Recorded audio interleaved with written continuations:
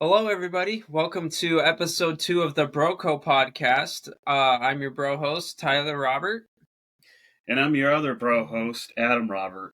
And we're so excited to be here today. We're going to go into kind of one of the topics that we talked about last time and dive a little deeper into it for you. And that topic is planning. So we think about planning, we think about budgeting a lot. What exactly is budgeting, Adam? Budgeting is looking at our expenses, for example, every day, every month, and comparing them to the money that we have coming in, and making sure we're going to be able to plan for how much money we're going to need in order to pay those bills or anything extra that we want. Right. So it's kind of like your own personal mini income statement, essentially. All right, so everybody should be able to see that. So this is kind of like what a typical budget looks like, right? We have income up here, or revenue, and then we have expenses down here. So they have it broken down by home expenses, daily living expenses, transportation expenses, health expenses, etc., etc. Lots of areas where you can put notes, and then they have projected and actual. So you want to have like a projection of what you think the numbers are going to look like, which is the purpose of the budget, to plan that out ahead of time. And then you're going to want to get your actual at the end of the month so that you can compare your results and maybe make changes for next month. I also like on the side where it has it's got a note there, non-essential, and you can make some comments. It might be good to categorize to help you as you're going through the budgeting process. What could I eliminate or what could I change to make it so that the bottom line number comes out positive or more positive? Right. Yeah, so your goal is obviously to have a positive number down here at the bottom when you get down to the total. What can we do with budgeting? There's a couple of different options that we have when it comes to budgeting. We want to create goals, attainable goals, and realistic goals that we can work towards with our budget. So if our goal is to buy a new car by the end of the year, then every month we should have a line on our budget that has that goal on there that we're tracking, and we're putting money towards it, paying towards it, whatever that goal might be. It might look different, but the point is it should have a line on your budget. And then every month you should be tracking your progress towards that goal, and your monthly budget is going to help you with that. That's why it should have its own line on there. Yeah, okay. And businesses will do that with accounting as well. Like if they have a building that they sell, or like an equipment asset, whatever it might be that they sell, then they will have a whole separate line on their income statement that will say gain or loss on sale of equipment or property. And they will report that as an outlier. And you might not see that every year, but you might see it some years. So similar concept, you don't have the same goal every year or every month necessarily. I hope not. Otherwise, it's probably not an attainable one. And you might want to reconsider about how you're setting your goals so that you can actually attain them, right? Right. So that would be the realistic part. Yeah, definitely. You don't want to be running around in circles. No. You talked about the measurability already, the trackability. But one thing I think is it's kind of like stacking the goals. Make sure, like I was saying, that they're attainable, and set small goals that lead up to a big goal, right? Because so they build on each other. They build on each other, and that's why you should have weekly, maybe even daily, but weekly, monthly, yearly, and they build and stack on top of each other so that in the end you can accomplish that big goal. Right. And once you do accomplish that goal, treat yourself. Like really, take some time for yourself that week after. Like I know when we talked about last episode that I just had passed my EA test, like that entire week after I passed that test, I was just kind of relaxing. I was on the video games, just kind of enjoying myself for a week, just to have that week off from that grind, and That that's really downtime is important. important. That recovery, Yes. right? The rejuvenation. That's kind of like, I think I've told you this before, but the listeners probably don't know.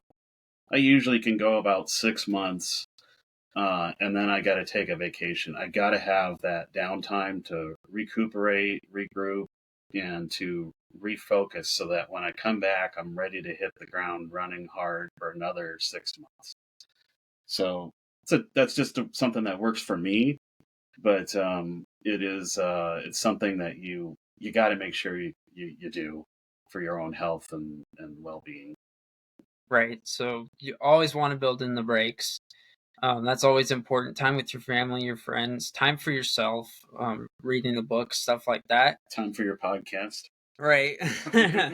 Yeah, definitely. That's definitely one that we have to make sure we set aside, and that kind of brings me to another point that we didn't really talk about at all, but budgeting isn't always with money. You can also budget your time. Oh yeah, that is your most valuable resource, is your time. It's the only thing that you can't get it back. I mean, you have not to be morbid about it, but you have only so much time in life, and so it is your most valuable resource. Right. So tracking your time, what does that look like? We have, on average, we want to say that we probably want 8 hours of sleep a night. We have 24 hours in a day. So now we're down to 16 hours that we have left after sleep.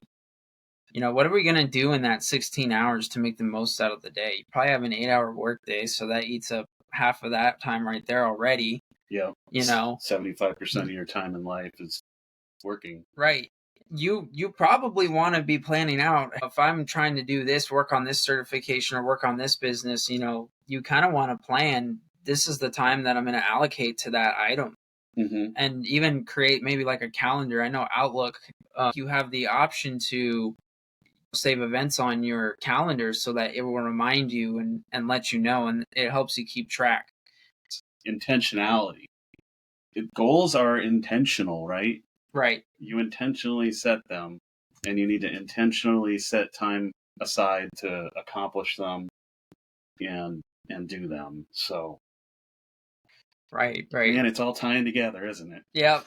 Yep. How are you gonna scale that down to, on a day-to-day basis, keeping track? Well, there's usually these things that we use at work called GSDs. Stands for get shit done.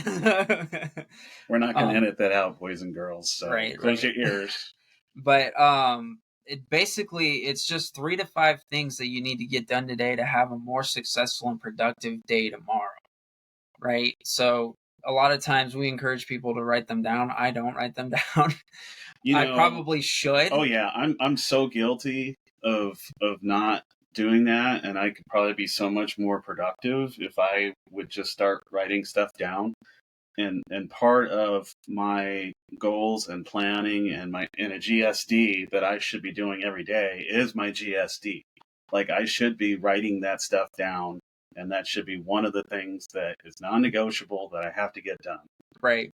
Yeah, and that's an important aspect. They cannot be negotiable. So these have to be things that you have to get done today. Like, if you do not get these things done today, then it's like end of the world. I mean, obviously not, but you want to put a big emphasis on these things. That's why it's important that you think about them thoroughly, because these are the things that you're prioritizing for the whole day. Right. And they're your most important things. And when you get to the end of the day and you think, oh man, I didn't get nothing done. If you got those 3 to 5 things done, then you did get something done. You accomplished what you set out to, and you can kind of end the day on a high note, right? I mean, Right.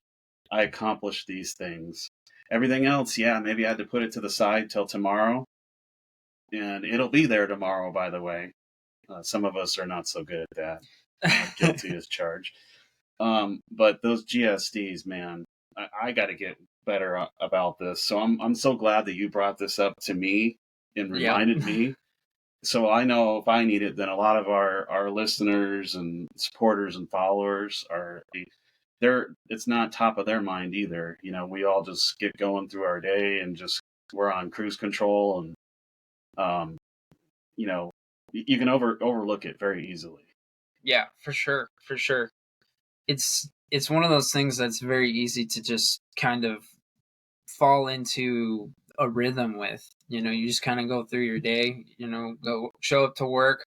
First thing you do, log into all your emails, log into all your stuff, check your emails. It's so easy to fall into a routine and not be intentional about the things that we're doing.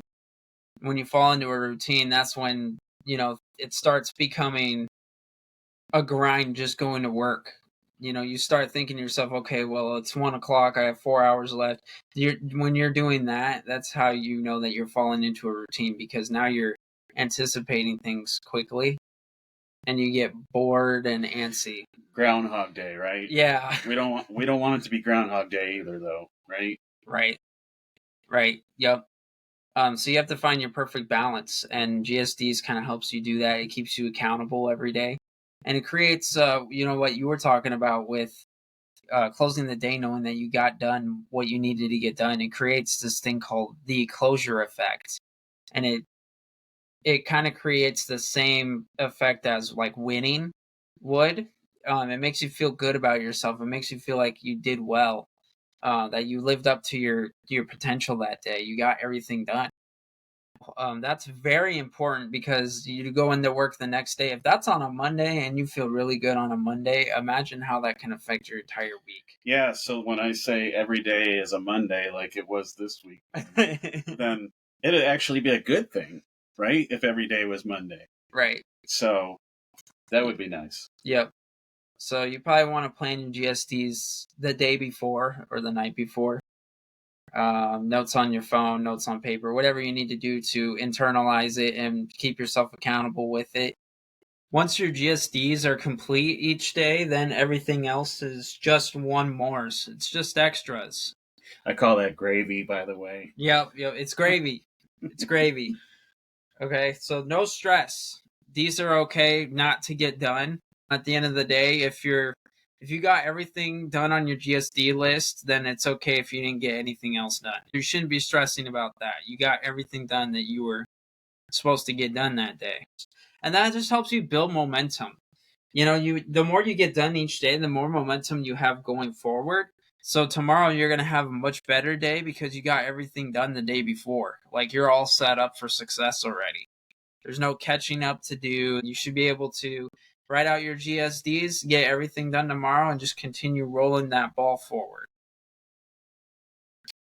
How are you measuring your progress on that? Are we talking about numbers, or are we talking about I want to get better at reading one article every night? Have you been reading an article every night? How do you know? Like, are you writing it down? What's your method? Everybody's got to track their goals somehow, so you can track your progress.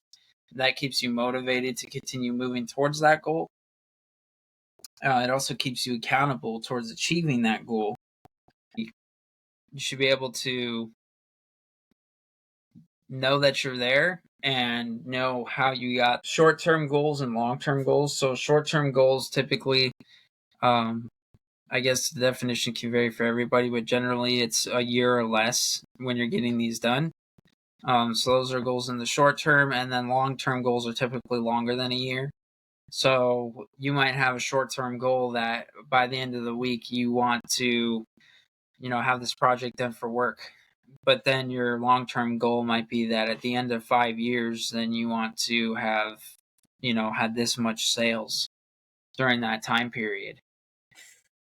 Yeah, and I think of it just a little bit differently on my side, I think, because just from a work perspective, we generally set yearly sales goals, but then we set quarterly goals against certain initiatives or for certain accounts.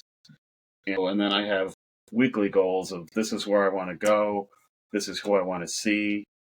And then maybe I know further out, down maybe a month out or whatever, that, hey, I need to get here and complete this project with this customer or whatnot. Your goal, your definition of that can vary depending on how long term or short term your mentality is and what situation, right? It could be personal life versus professional life. differences there. Some people are visual learners. I'm kind of one of those people. I like visual stuff like that.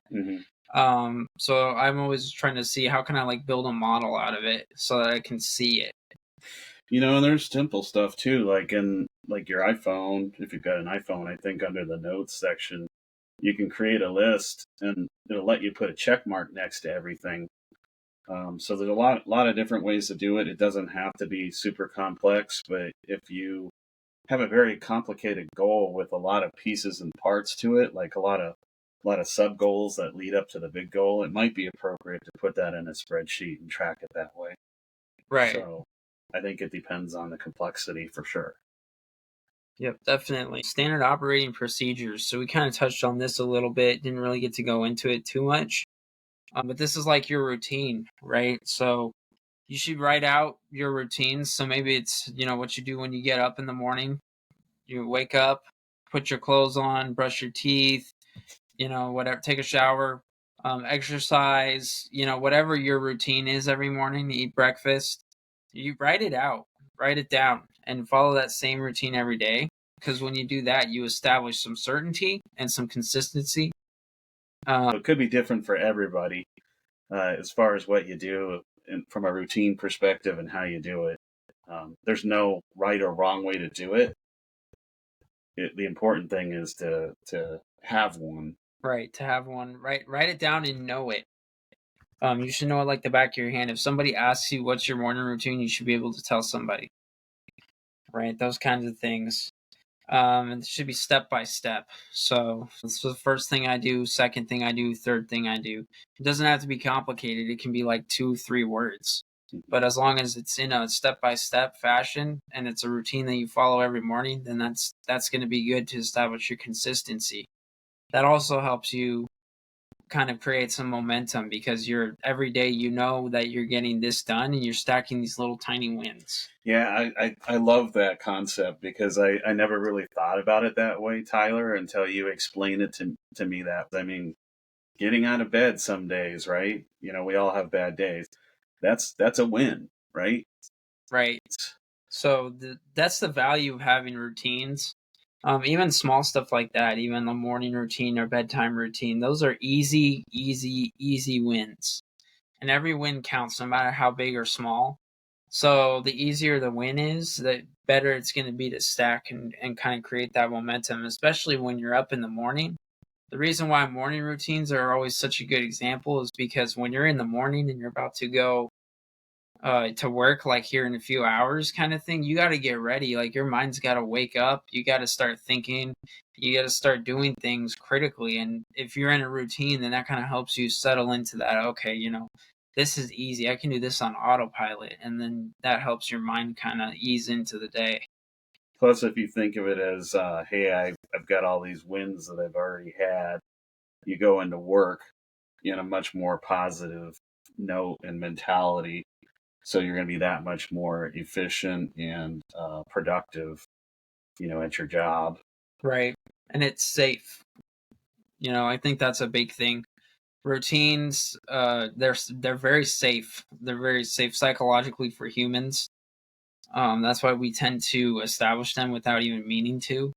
Having our habits or whatever. That's a safe space for us where we can kind of clear our head and focus. I know when I'm getting ready in the morning, I'm breaking down my GSDs. I'm kind of rehearsing in my head, okay, this is what I need to get done today. And I'm brushing my teeth thinking about that. It's a safe place where I feel like I can actually think clearly because there's nothing that I have to think about in that moment. I'm just on autopilot, if that makes sense. And then there's accountability for building and forming habits. We talked about this a lot.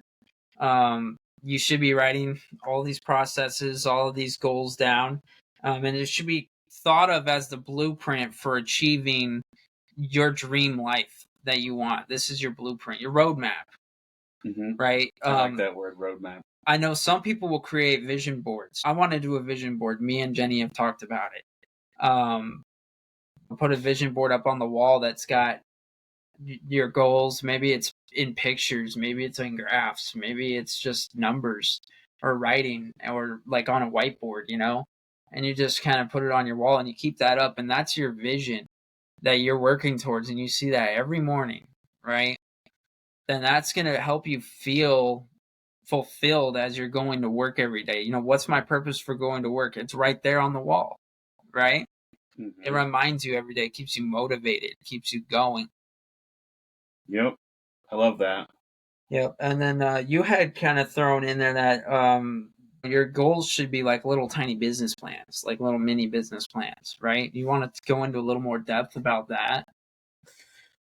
Yeah, so when you think about a business plan, you're thinking about this is my roadmap for my business, and you have all your goals written out. Even if it's a one-page plan, you lay out your goals quarterly or monthly or whatnot, and it gives you that vision of where you're going from a business perspective.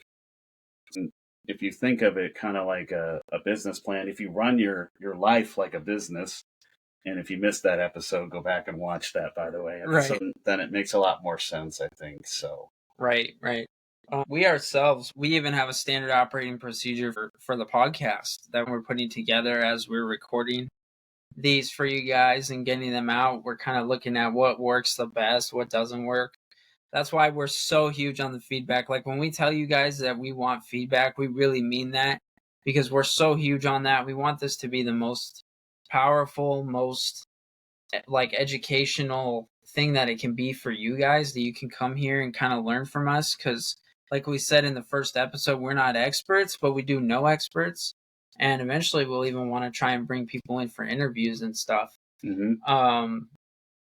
But the point is, like, we write everything down. Like even for the podcast, we keep everything filed. We keep everything, in a procedure. There's always a method to everything. Well, and we're developing that as we go too. I mean, we're leaning on our experience, but you don't have to have all the answers. As long as you have a plan and you work that plan, you're gonna figure stuff out as you go. Right. And the SOP is gonna help you get there for sure. And I want to echo what Tyler said. I mean, this week, we got some pretty good feedback from some people that are listeners and subscribers, and it was awesome. I mean, that's the kind of stuff that's gold right there. Right. If we can inspire somebody, if we can help them, if we can educate them, we get more out of it on our side. And so we do want the feedback, and let's keep it constructive, of course. We want to hear what your ideas are, what you want to know more about. If you have stories of your own about different things that have happened to you related to these topics, we want to know all that stuff. We want it to be interactive. Right. Because we're going to get more out of it, and you're going to get more out of it. And everybody has something that's useful and impactful to share, I think. And we want to hear it, we want to know it, and we want to share it. Right. With this podcast, we have goals and we have visions that we're working towards. And one of the ways that we're tracking that is how satisfied is our audience? Are people enjoying what we're talking about? Because if you're not, then we got to switch it up, right? Right. We want your feedback. So that's helping us track our goals. Mm-hmm. That's an example of how we implement the things that we're talking about in our lives. I just want to thank the people that are listening and supporting us and encouraging us to continue down this road. I really appreciate it, and it means a ton to us. It really does. For sure. Don't forget about all the ways that they can subscribe and provide feedback to us. Yep, definitely. There's a ton in giving out some of those. So what's the email address? Remind me that. So our email for giving us feedback or asking us questions is going to be info, that's info, .brocopodcast@gmail.com. And I'll kind of put it on the bottom of the video here when I go through the editing process. But you guys feel free to reach out on that. You can also go to our YouTube channel, the BroCo Podcast on YouTube, and you can go follow us on Facebook and Instagram, BroCo Podcast as well on there. And you get all the updates on when our episodes are dropping. And those will also provide you an additional opportunity to interact with us via commenting and liking, subscribing, things like that. Yep. And don't forget to that we're on Apple and we're on Amazon Music and Spotify. Pretty much everything under the sun. Yep. So we're out there on all the platforms, and you guys have many methods of communicating with us. And yeah, we would love to hear from you. We would love to continue getting better through this process with you guys and make this a journey together. So with that being said, we'll see you guys next episode, and we hope that you enjoyed. All right. See you guys. Thanks. All right. Thank you.